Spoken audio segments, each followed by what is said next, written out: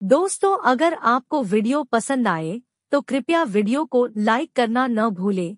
कश्मीर में शांति बनाए रखने और विकास को बढ़ावा देने के लिए केंद्र सरकार से सबसे ज्यादा फंडिंग मिलती है। हालांकि क्षेत्र के प्रभावशाली राजनीतिक, नौकरशाह और बड़े व्यापारी व्यक्तियों ने कश्मीर की विवादित अर्थव्यवस्था का शोषण करने के लिए इस्तेमाल किया है। वे लाभ प्राप्त करने का नाटक करते हैं, लेकिन कभी भी इसे होने नहीं देते थे। आर्टिकल 370 के कारण उन्हें सब पर नियंत्रण था, जो कश्मीर की कठिनाइयों को दिखाने के लिए पर्याप्त था। इन कठिनाइयों में सरकार ने बड़ी गोपनीयता के साथ काम किया। आर्टिकल 370 को हटाने से शुरू होकर फिल्म दिखाती है कि सरकार ने कैसे धारा प्रवाह में अपनी योजना को कार्यान्वित किया। अब चलिए आर्टिकल 370 पर बनी फिल्म में डालते हैं। अगर आप वीडियो में रुचि रखते हैं तो लाइक बटन दबाना न भूलें। हमारे चैनल की सदस्यता लेने के लिए सब्सक्राइब करें, ताकि आपको ऐसे ही नवीनतम और ताजगी से भरपूर सामग्री मिलती रहे। कहानी शुरू होती है जूनी हक्सर से, एक खुफिया अधिकारी जो कश्मीर में आतंकवादी बुरहान बानी की प्रेमिका बुरहान बानी के बारे में जानकर जब जूनी अपने अधिकारियों को सूचित करती है, जैसे खवार अली, अपनी योजना को बुरहान बानी को पकड़ने के लिए मना करते हैं। वे इसे सोने का मौका मानती है और अपने दोस्त यास चौहान, एक सीआरपीएफ सैनिक, से मदद मांगती है।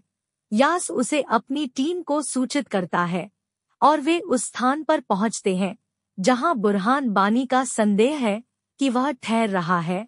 हालांकि बुरहान बानी उसके साथियों के साथ जूनी की टीम पर हमला करता है।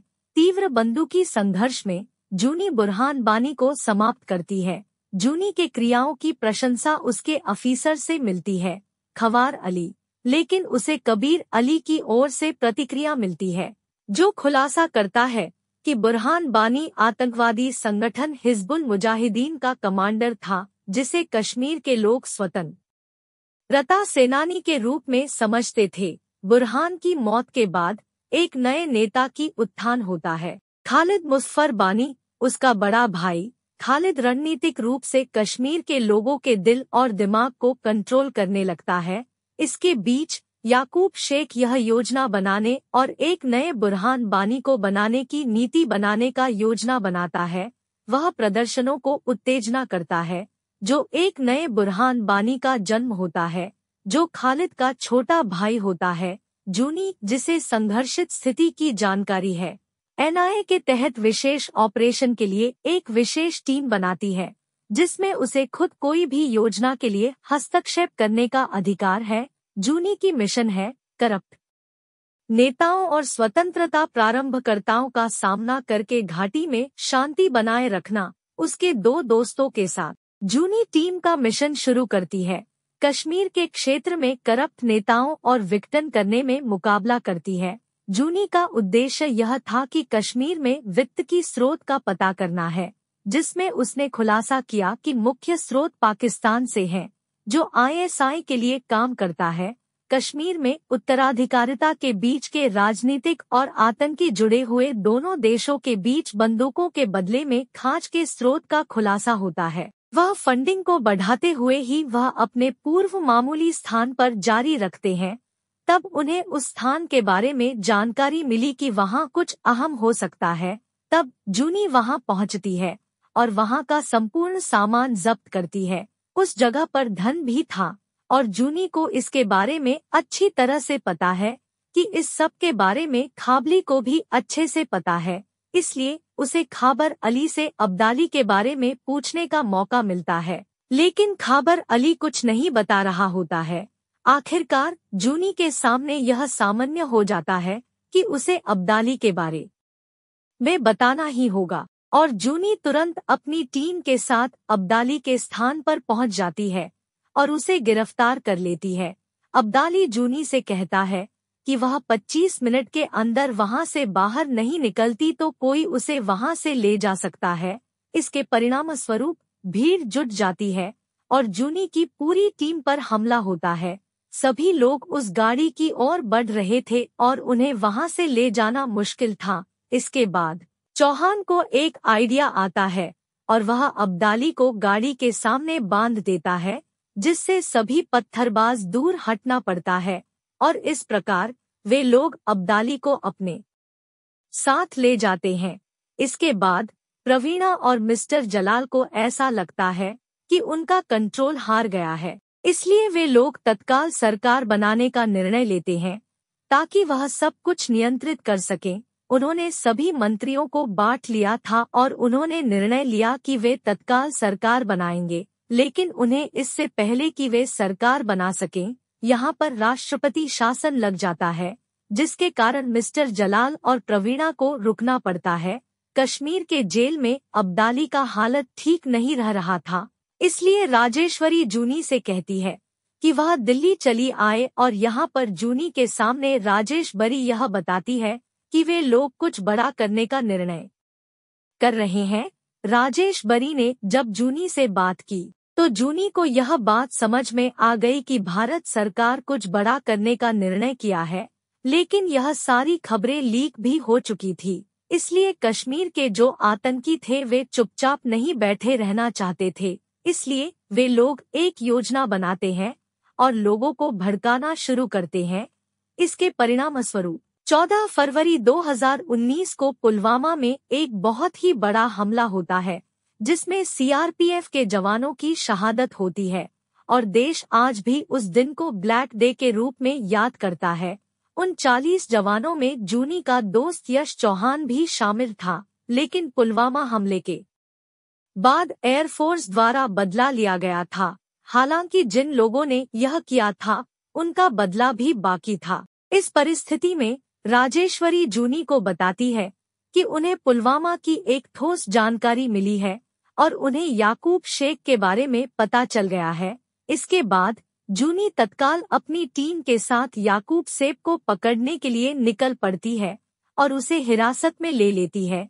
जूनी याकूब से कहती है कि उसे किसी ने अब तक पकड़ा नहीं है जब से एनआईए बना है, लेकिन आज जूनी ने उसे पकड़ लिया है और उसे खिड़की से नीचे टांग देती है और सब कुछ उगलवाने हैं कि वो लड़का कौन था जो सीआरपीएफ के जवानों से अपनी रेड बन को लेकर टकरा गया था। यहाँ पर याकूब शेख उसे बताता है कि वह 20 साल का लड़का था और वह हाल ही में जेल से छूटा है और उसे छुड़ाने में मदद करने में खाबर अली ने मदद की थी। यह सुनकर जूनी को बहुत ज्यादा गुस्सा आता है और वह खाबर अली के पास जाती है। आगे देखते हैं कि प्रधानमंत्री जी एक बैठक करते हैं जिसमें गृह मंत्री अमित शाह भी मौजूद थे। इस मीटिंग में सॉलिड चर्चा होती है और आखिर में निर्णय होता है कि हमें आर्टिकल 370 हटा देना चाहिए। इसकी पूरी जवाबदारी राजेश बरी के ऊपर होती है।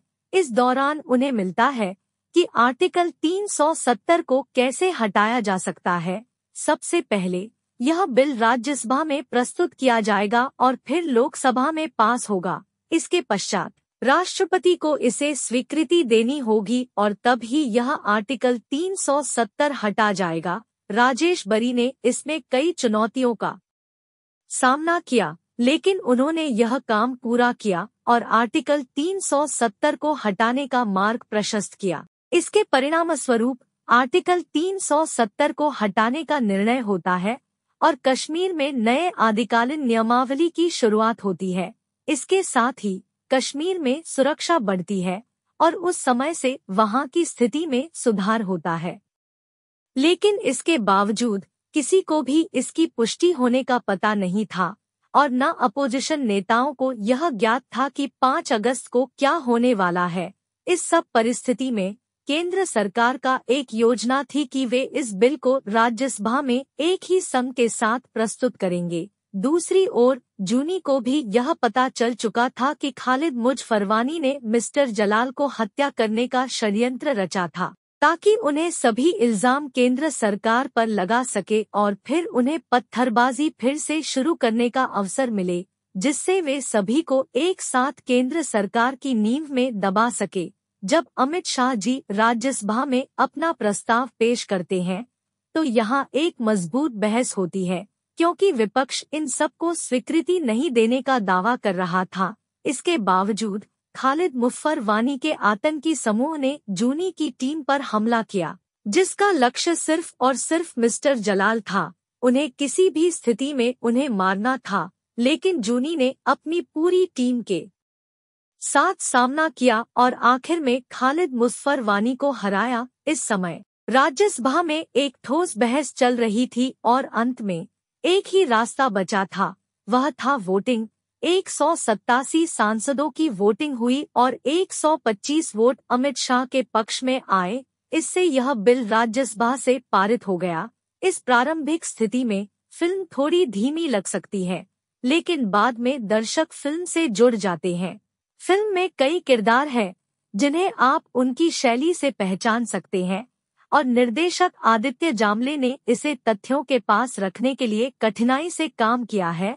राज्यसभा के सीन में उन्होंने फिल्म को बहुत लाभ पहुंचाया है और एक्शन सीन भी लंबे हैं, जिससे फिल्म की लंबाई में थोड़ा वृद्धि हुई है। मीडिया सीन्स ने कहानी में कोई विशेष प्रभाव नहीं डाला है और इंटरवल को ऐसे सीन के साथ समाप्त किया गया है जो दर्शकों पर गहरा असर छोड़ते हैं। यामी गौतम का काम इस फिल्म में बेहद प्रभावशाली है। उनकी एक्टिंग के जरिए और क्लासी एप्स में उनकी आंखों के भावनात्मक अभिव्यक्ति के साथ राजेश बरी के किरदार में प्रिया मणि भी बहुत प्रभावशाली नजर आती है और होम मिनिस्टर की भूमिका में किरण कमाकर भी उत्तम काम किया है। प्राइम मिनिस्टर के रूप में अरुण गोबल का अभिनय भी विशेष है। फिल्म आर्टिकल 370 इंच ने इस घड़ी के इतिहास के बारे में कम जानकारी प्रदान की है, लेकिन इसने इसे कैसे हटाया गया इस पर फोकस किया है। फिल्म में दर्शकों को जम्मू कश्मीर संविधान की जांच करने और अनुच्छेद 370 को हटाने के लिए मार्गदर्शन के लिए कई महत्वपूर्ण संदर्भ मिलते हैं।